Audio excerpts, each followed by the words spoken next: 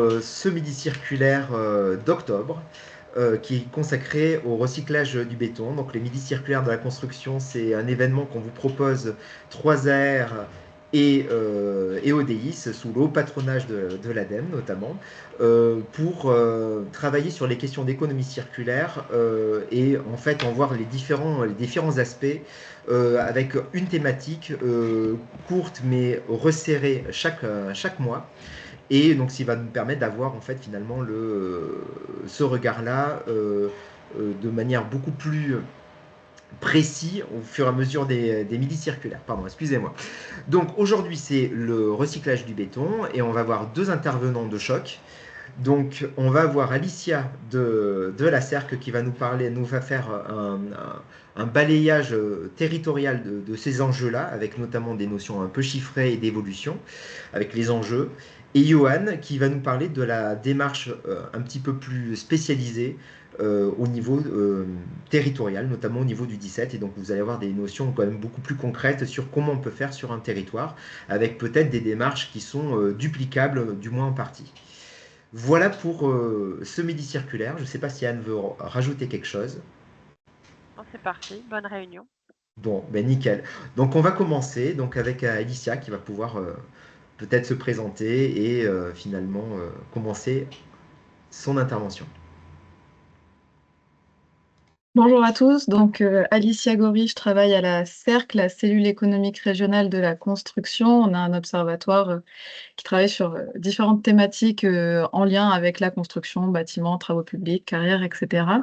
Donc je vais vous présenter quelques éléments de contexte sur la filière du recyclage du béton, parce que nous, en fait, on travaille notamment sur la thématique des déchets dans le cadre de l'ORDEC, donc l'Observatoire régional des déchets et de l'économie circulaire, qui est piloté par l'État, la région et l'ADEME.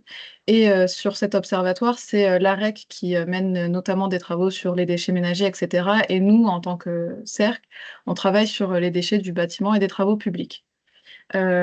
Cette thématique, on l'aborde à travers une enquête sur les installations qui gèrent les déchets inertes. Donc, on avait travaillé dessus pour élaborer notamment les schémas comme le SRADET. On travaille aussi sur le schéma régional des carrières. Et donc, on actualise les informations qu'on peut avoir tous les 2 ans. Donc, on a commencé en 2015. Là, on a fait une dernière campagne d'enquête qui vient de se clôturer fin septembre. Donc, je vais malheureusement pas pouvoir vous présenter les dernières données qui sont en cours de traitement. Donc, on va parler des données de 2021. Si ça vous intéresse d'avoir les derniers chiffres, vous pouvez suivre notre page sur LinkedIn, vous abonner à la newsletter. On met à jour dès qu'on a les infos. Donc, ça arrivera fin d'année 2024 ou début d'année 2025. Pour l'année 2021, on avait 479 sites d'identifiés. On a eu un taux de réponse de 85%. On a estimé quasiment tout le reste. Et donc, on a une représentativité assez intéressante. Qu'est-ce qu'on interroge comme installation? Donc, il y a les installations qui sont les installations de stockage de déchets inertes qui font principalement du stockage définitif, mais qui peuvent, certaines, ont des unités de concassage qui permettent de faire du recyclage, donc on les distingue. Ensuite, il y a les installations de stockage de déchets non dangereux qui rentrent dans ce périmètre. Et celles-là, elles peuvent avoir en fait un casier dédié aux déchets inertes. Il y a aussi les carrières qui utilisent les déchets inertes pour faire du remblayage, mais qui peuvent également avoir des activités de recyclage. Et ensuite, il y a les plateformes de recyclage pour lesquelles c'est l'activité première que de recycler. On distingue aussi les centrales d'enrobage qui sont plutôt dédiées aux déchets d'enrobés bitumineux, mais qui ont aussi parfois des unités de concassage pour les autres types de déchets. Et il y a enfin les plateformes de transit qui sont des sites de massification pour les déchets inertes. Donc voilà, ça c'est un petit peu ce dont je vais vous parler aujourd'hui. Avant de parler des installations, ce qu'on fait tous les 2 ans, c'est qu'on essaie d'évaluer le gisement de déchets inertes. Donc on avait fait ce travail en 2015 pour le SRADET et on l'actualise tous les 2 ans. Donc là, en 2021, on a un gisement estimé de 12,5 millions de tonnes de déchets inertes en Nouvelle-Aquitaine. Donc ça, c'est ce qui est produit. Et si on regarde un petit peu la répartition pour trouver où est le béton là-dedans, on voit qu'il y a 8% de béton qui est trié, donc ça c'est du béton tout seul, on va dire. Mais le béton, il se retrouve aussi dans le mélange de déchets inertes, dans les gravats, notamment lorsqu'il y a des démolitions de bâtiments, on retrouve une part assez importante de béton, parfois du béton armé ou ferraillé, du béton non ferraillé, ça dépend. Le béton, on le trouve aussi dans les déchets de travaux publics, sur tout ce qui est bordure de trottoir, etc. On en trouve également sur les chantiers dans les restes de béton durci qu'on a à la fin, qu'on n'a pas mis sur le chantier, ou encore sur les centrales à béton quand il y a des déchets. Donc au total, on a un gisement à peu près de 2 millions de tonnes de béton sur la Nouvelle-Aquitaine en 2021. Si on regarde au niveau des installations, donc les 479 qui sont sur le territoire, il y en a 147 qui ont déclaré en 2021 qu'elles avaient réceptionné du béton pour le traiter. On voit que depuis la première campagne d'enquête, ça a quasiment doublé. Ça s'explique parce que la filière de gestion des déchets inertes, de manière générale, elle a vraiment progressé. Il y a une vraie structuration de la filière, une vraie professionnalisation des acteurs, et notamment sur les outils de recyclage. Si vous regardez un petit peu la carte, on voit que bon, il y a des disparités selon les départements, mais globalement, il y a quand même un certain nombre d'installations qui permettent de mailler le territoire. Je vous laisse regarder rapidement celles qui sont en vert, ce sont celles qui font du recyclage. Et pourquoi est-ce qu'on s'intéresse à celles-là? Parce qu'en fait, c'est là que le béton va principalement. Donc c'est cette diapo voilà, où on voit il y a 88% des installations qui sont des installations qui font du recyclage. Donc le béton, il va où? Il va principalement sur des plateformes de recyclage, sur des carrières pour du remblaiement, mais qui ont aussi une grande partie des installations de concassage, ou des ISDI qui ont des centres de concassage aussi. Donc le béton, il va plutôt vers ce qui va être recyclé, c'est plutôt bon signe, c'est plutôt une bonne nouvelle. Avant d'arriver sur ces installations, il peut y avoir une étape intermédiaire. Donc c'est un réseau de collecte. Donc il y a à la fois les déchetteries professionnelles et déchetteries publiques voilà, qui peuvent récupérer ce genre de déchets. Ça, c'était ce qui était avant. Maintenant, il y a la REP, et maintenant, il y a de nouveaux acteurs comme les distributeurs et les négoces de matériaux qui rentrent un petit peu dans le jeu. Euh, Petit focus rapide sur la REP. Avant l'été, on était à 349 points de reprise qui étaient actifs au sens de la REP, avec donc 185 distributeurs et négoces de matériaux, 133 plateformes d'inertes qui correspondent à celles qu'on avait aussi avant, et 31 déchetteries professionnelles. Il y en a d'autres, hein, mais c'est juste qu'elles elles ont pas conventionné avec les membres de la REP. Ces infos, vous pouvez les retrouver sur le site de l'OCAB notamment. Ils ont voilà, un annuaire dédié.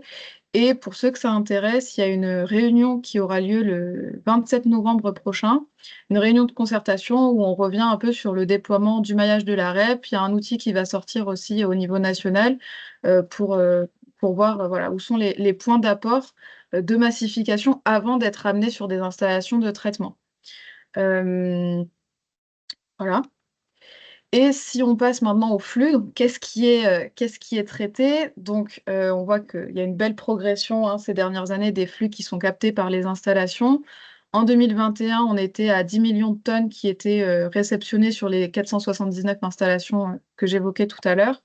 Et le béton trié, ça représente 1,5 million de tonnes qui arrivent sur ces installations, sachant qu'il faut rajouter du coup du béton qui arrive en mélange et qui apparaît un peu plus difficilement sur ce genre de graphique.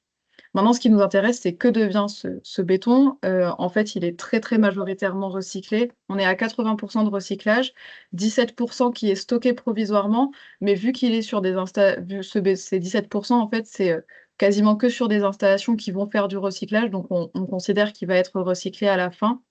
Pour vous donner une idée, on est à 2,7 millions de tonnes de déchets recyclés en Nouvelle-Aquitaine.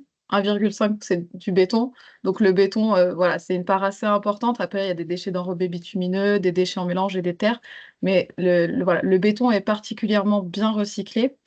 Il est recyclé pour être mis en sous-couche routière, notamment. Ça, c'est la valorisation principale pour l'instant, mais il y a aussi des expérimentations, et enfin, pas que des expérimentations, il y a aussi du recyclage du béton dans le béton.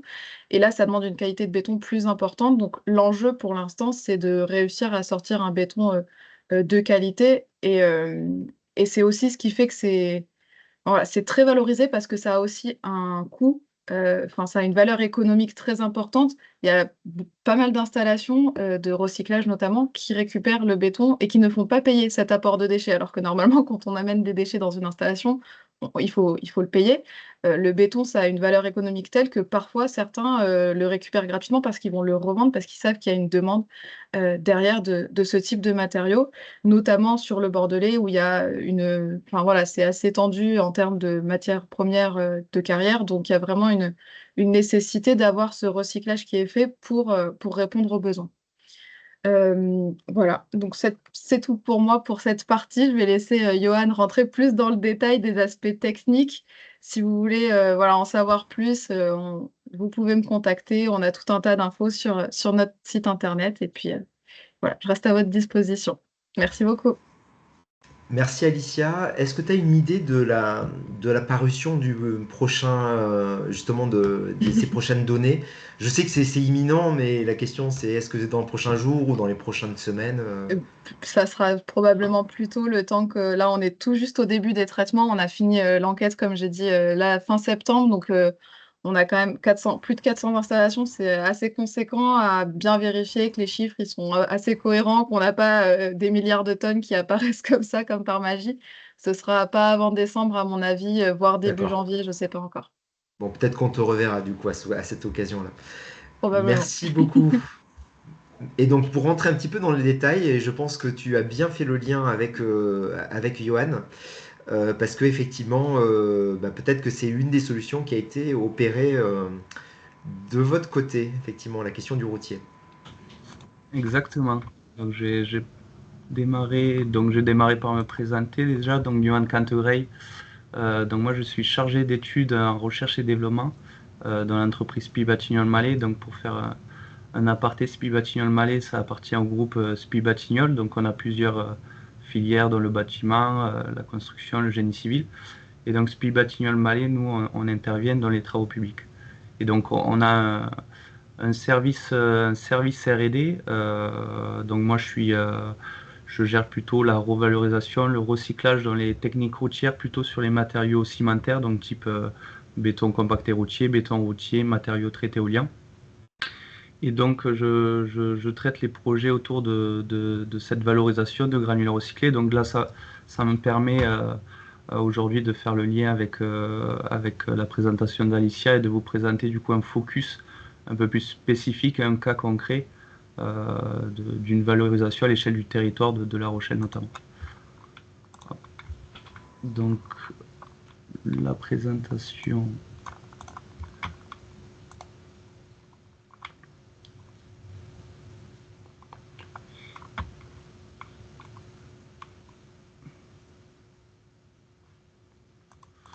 Il faut ici. C'est bon. Est-ce qu'on voit en plein écran? Parfait. Du coup, donc, la valorisation de granulats recyclés avec technique routière, donc plus précisément la valorisation de granulats de béton recyclés, mais pas que, puisqu'on va voir qu'on a des stocks pas composés à 100% de granulats de béton recyclés. Et dans les techniques routières, donc là on va parler plus précisément de béton compacté routier, puisque c'est le matériau identifié pour valoriser ce type de granulats. Donc d'abord pour les éléments de contexte avec notre plateforme de valorisation, de recyclage. Donc Valosphère, qui est une plateforme située à La Rochelle, gérée par notre agence de travaux RETP, qui est notre agence qui intervient dans le territoire de l'île de Ré et de La Rochelle. Donc on a cette plateforme de valorisation où on a différents types d'entrants. Donc les entrants, ça va être du particulier aux professionnels. On a différents contrats mis en place, notamment un contrat par exemple avec Chaussons Matériaux, où on va récupérer en fait leur benne de déchets que les particuliers ou qu'eux puissent stocker. Donc ces déchets, on les récupère. Donc on a différents types d'intrants dans cette plateforme. On va avoir des sables de dunes, des calcaires, des terres excavées et des déchets inertes de démolition, donc composés de béton, de briques, de roches. Ensuite, sur notre plateforme, il va y avoir différentes étapes pour valoriser ensuite ces matériaux. Donc des étapes de tri qui sont très importantes, de scalpage, de concassage, de criblage.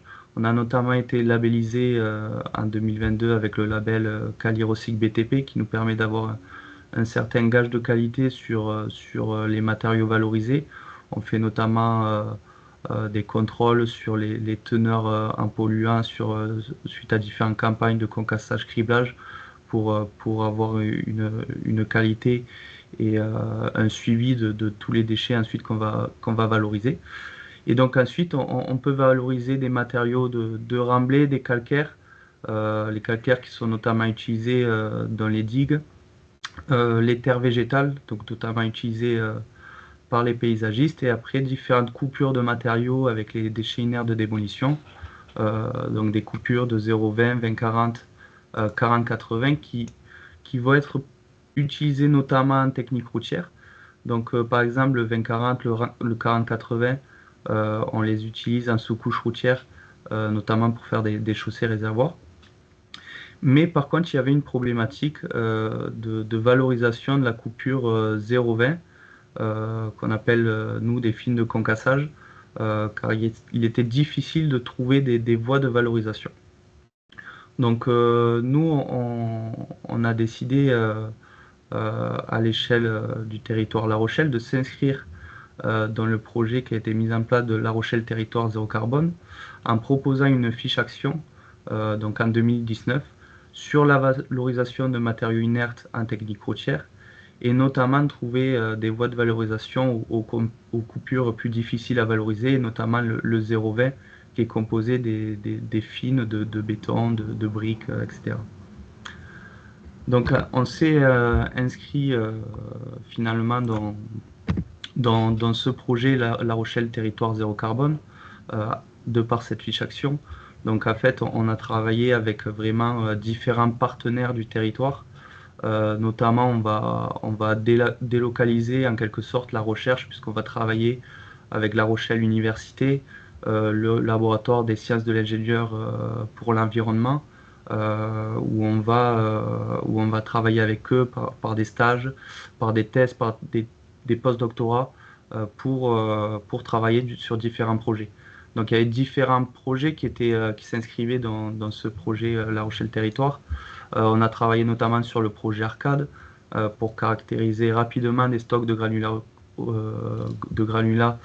recyclés par intelligence artificielle, donc qui nous permettrait d'avoir rapidement des stocks majoritairement composés en béton, en briques, de voir la qualité rapidement de ces stocks.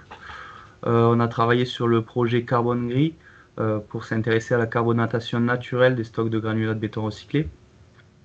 Et ça, la carbonatation, j'y reviendrai puisque c'est quelque chose qu'on étudie, qu'on regarde, qu'on essaye de quantifier. Et on a travaillé du coup sur la formulation d'un béton compacté routier 100% recyclé qu'on a appelé le BC2R. Donc il y a un développement qui a commencé en 2021 et qu'on continue à développer aujourd'hui. Et c'est sur quoi je vais faire un petit focus par cette présentation. Et après, rapidement, on pourra parler des perspectives que l'on a, notamment avec la carbonatation. Et enfin, avant de parler du BC2R, c'est aussi, on a mis, Spivachignol Mallet a mis des moyens humains, puisque moi, j'ai été notamment embauché pour développer ces projets, ces actions dans le cadre de La Rochelle Territoire Zéro Carbone. Donc pour poursuivre ensuite sur le focus au niveau du béton compacté routier que nous avons développé, donc c'est un matériau qu'on a identifié en amont, notamment avec les équipes du LASI, de La Rochelle Université. C'est ce matériau qu'on a identifié, il nous permet plusieurs choses. Donc d'abord de recycler des fines de concassage de béton de démolition, notamment cette fraction inférieure à 20 mm, puisqu'on peut le réintégrer dans le squelette granulométrique du matériau. C'est un matériau, donc il faut savoir, on peut optimiser l'empreinte carbone, puisque le béton compacté routier, c'est un matériau faiblement dosé en liant et en eau par rapport à un béton classique. On utilise aussi, et ça historiquement avec ce type de matériau, des liants bas carbone, notamment majoritairement composés en laitier de haut fourneau, pour notamment permettre sur chantier d'avoir un délai de maniabilité important, puisque c'est ce qu'on a besoin sur chantier, qu'il soit maniable pendant un long moment sur chantier. Et ensuite, on va également s'intéresser au phénomène de carbonatation, j'y reviendrai. Pour nous, ça nous permet une autonomie de production, puisque Spies Batignolles-Mallet, on possède des centrales grave-ciment, notamment, qui nous permettent de fabriquer ce type de matériaux. Après, pas toutes nos agences en possèdent, mais notamment avec RTP, on passe par des centrales BPE partenaires. Donc, c'est un matériau qu'on peut également fabriquer avec nos centrales BPE. Et en termes de mise en œuvre, on utilise les mêmes outils que la mise en œuvre d'enrobé. Donc, pour nous, ça nous permet de garder les mêmes équipes et les mêmes engins, donc mise en œuvre au finisseur et au compacteur.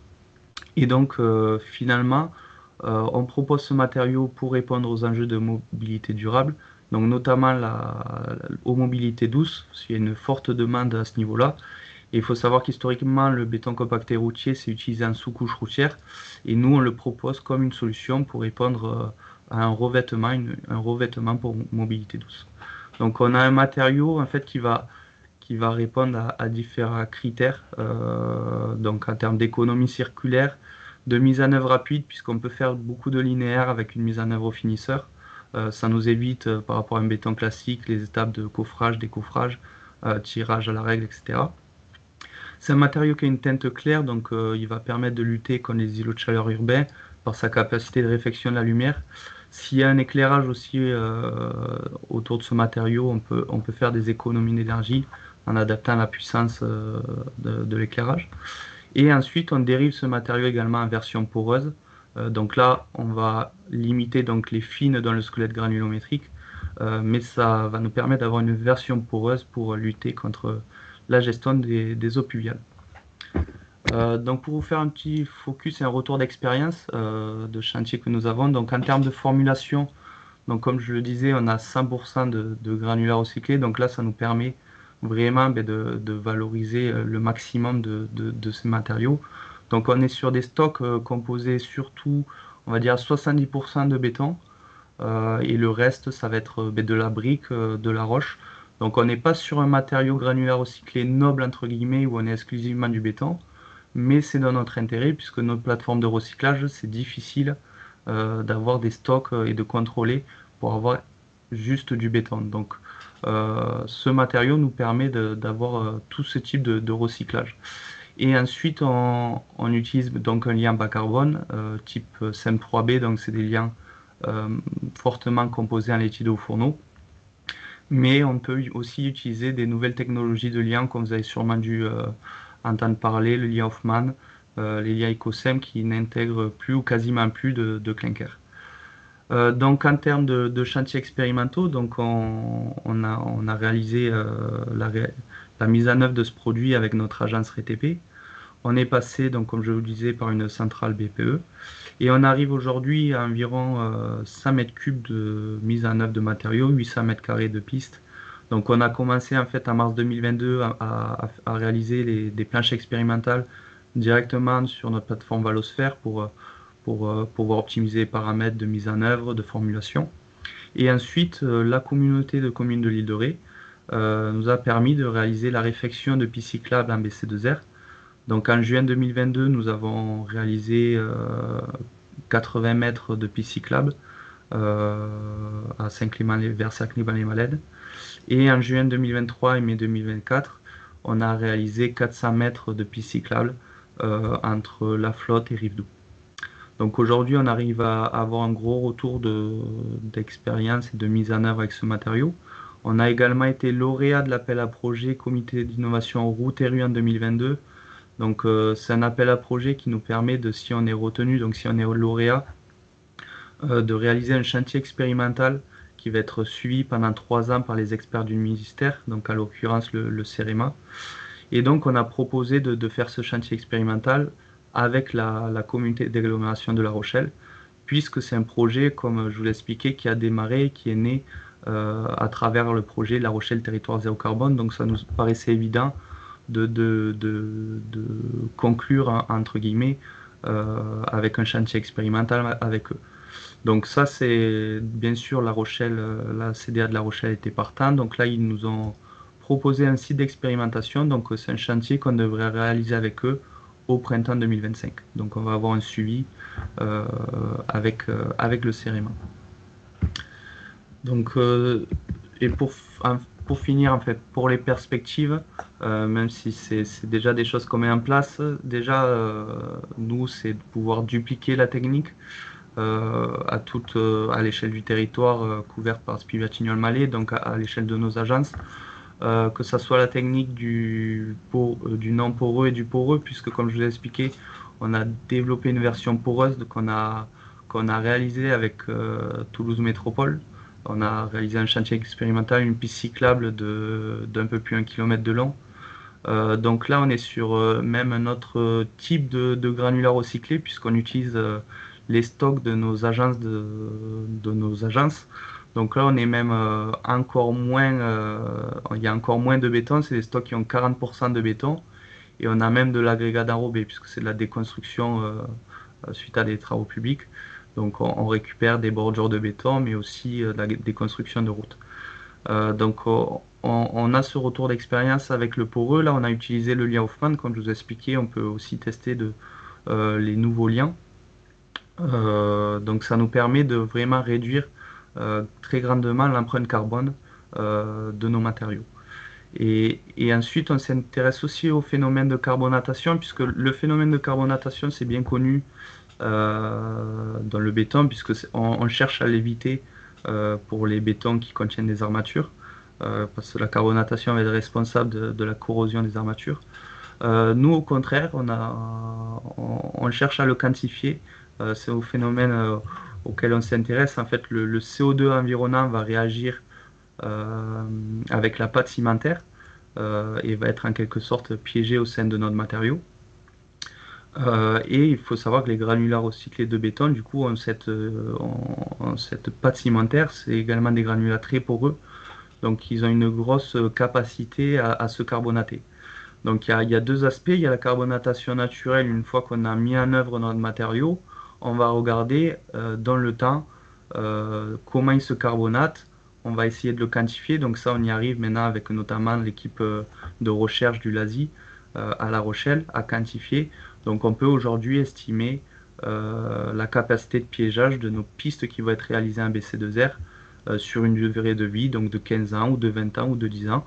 Donc on peut arriver par exemple à compenser de 25% les émissions de CO2 liées à sa réalisation par ce phénomène de carbonatation dans la durée.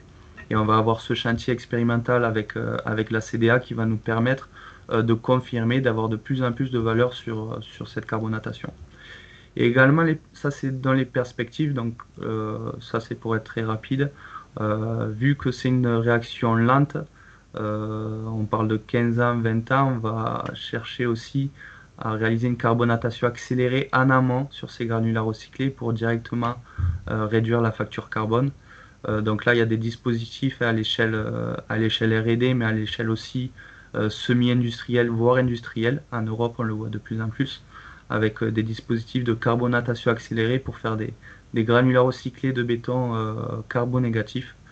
Donc c'est un projet sur lequel on va travailler, notamment toujours en connivence avec La Rochelle Territoire Zéro Carbone, notamment concernant les labels, pour pouvoir ensuite valoriser ces matériaux carbonégatifs.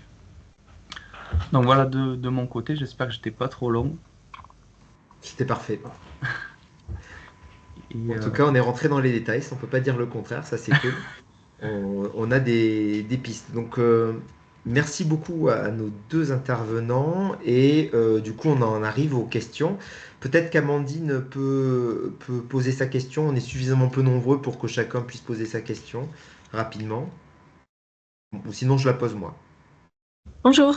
Merci beaucoup pour ces présentations très intéressantes. Je suis en charge des achats responsables au sein de l'agglomération Pays Basque.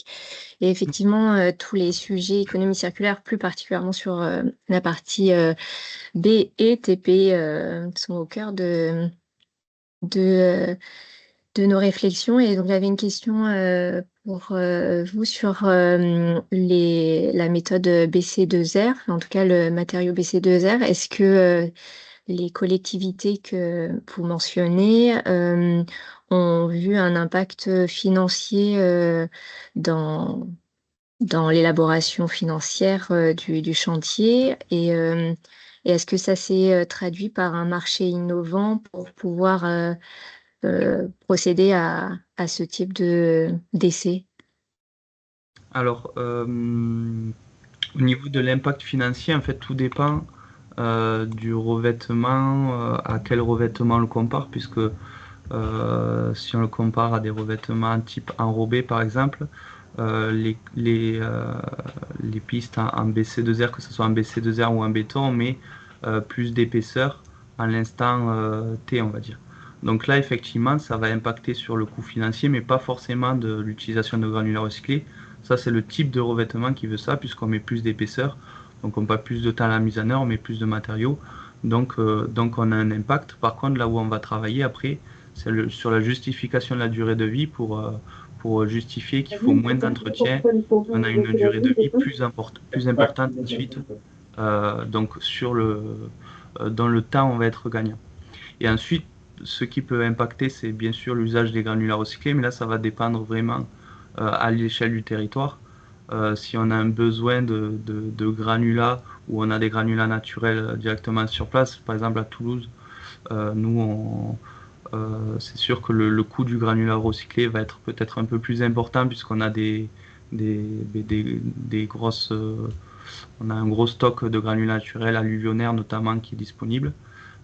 Donc là, ça va dépendre du secteur dans lequel vous êtes et l'écosystème dans lequel vous êtes. Et ensuite, peut-être sur les chantiers innovants, pardon. Donc les chantiers innovants, donc il faut savoir qu'il y a la possibilité de passer on va dire des marchés spécifiques pour tester des différentes solutions d'entreprises de travaux publics et donc de mettre en place des marchés innovants pour tester ces solutions, que ce soit le BC2R ou d'autres solutions, et de mettre en place un suivi. Donc nous, c'est ce qu'on réalise. On réalise des chantiers innovants où on propose un protocole de suivi et on met en place un suivi et on s'arrête souvent à 3 ans, on fait un gros bilan sur l'innovation et que ce soit en termes techniques, financiers, enfin pour vraiment balayer les différents critères suite à cette innovation.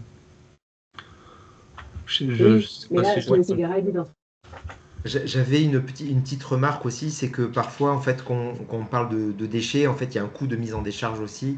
Et là, dans ce cas-là, peut-être qu'on peut le mettre aussi dans le bilan. Voilà. Mais donc, c'est pour ça qu'il faut étudier un petit peu, pas que la fourniture, mais aussi l'impact un peu global au niveau économique.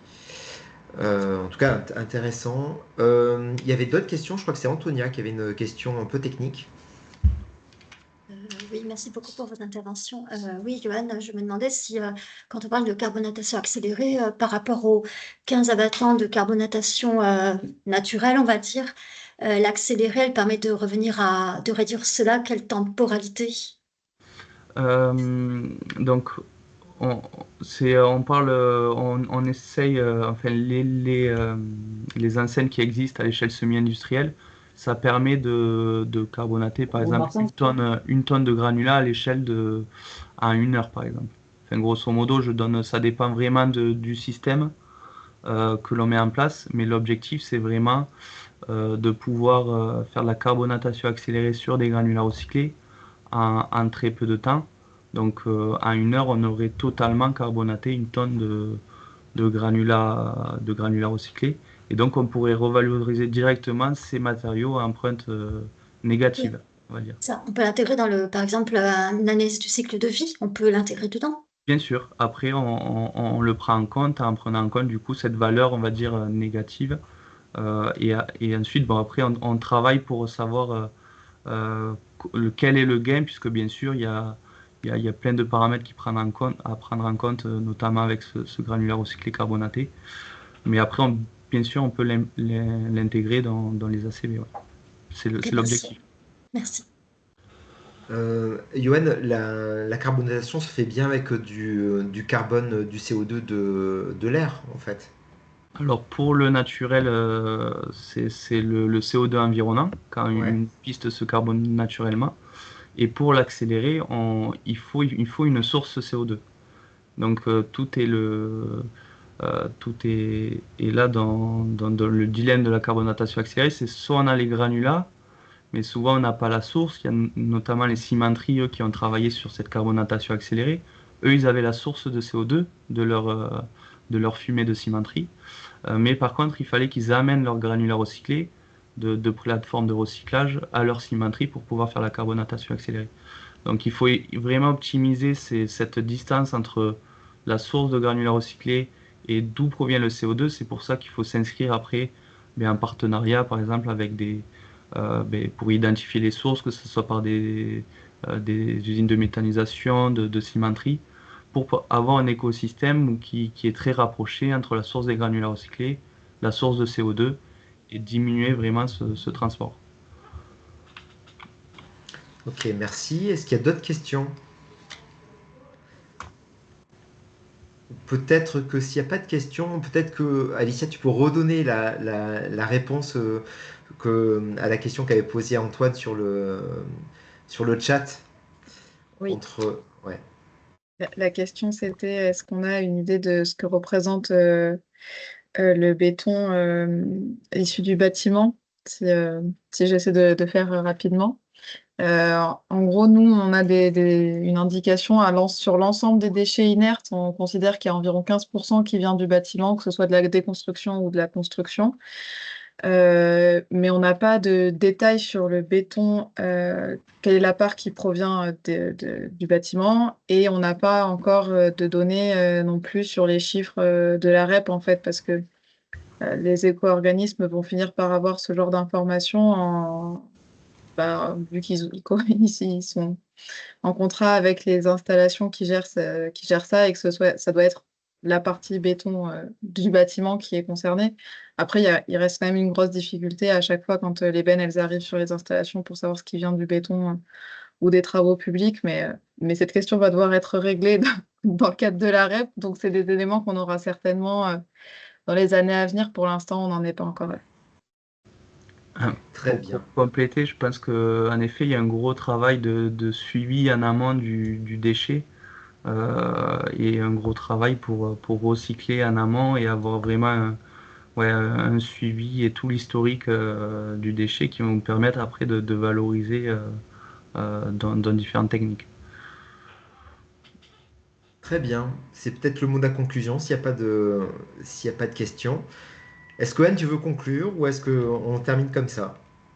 Bon, ben voilà. Merci en tout cas beaucoup à nos intervenants. Merci aux participants.